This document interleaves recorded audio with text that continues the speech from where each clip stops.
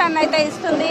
ముఖ్యంగా హైదరాబాద్ లాంటి ఒక మహానగరంలో ఇప్పటి వరకు ఎప్పుడు కూడా మిస్ వరల్డ్ పోటీలను మనం కండక్ట్ చేయలేదు. భారతదేశంలోనే మనం ఇది మూడోసారి కండక్ట్ చేయడం. మనకి 1996లో బెంగళూరులో కండక్ట్ చేశారు. అలాగే లాస్ట్ ఇయర్ 2024లో ముంబై నుంచి కండక్ట్ చేశారు. అండ్ ఈ ఇయర్ హైదరాబాద్లో కండక్ట్ చేస్తున్నారు. చాలా ప్రతిష్టాత్మకంగా ఈ యొక్క ఈవెంట్ అయితే మన తెలంగాణ ప్రభుత్వం అయితే ఏర్పాటు చేసింది.